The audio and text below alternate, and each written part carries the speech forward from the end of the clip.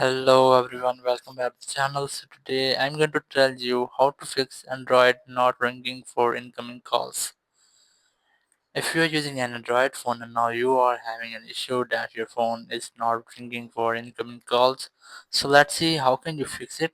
You just have to open your phone settings, open it, and here just scroll down and look for sounds and vibrations. Just tap on it, and here you have to make sure that your phone is not on silent mode. So if silent mode is enabled, you just have to turn it off or enter your ring mode, and here you have to increase the ring volume just like this.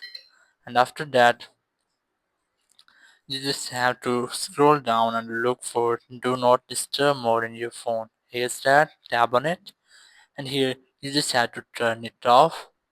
In this way, you can easily fix Android not ringing for incoming calls, and after that, your phone will be ring whenever you receive any call. So that's how you can easily fix Android not ringing for incoming calls. Thank you very much for watching the video.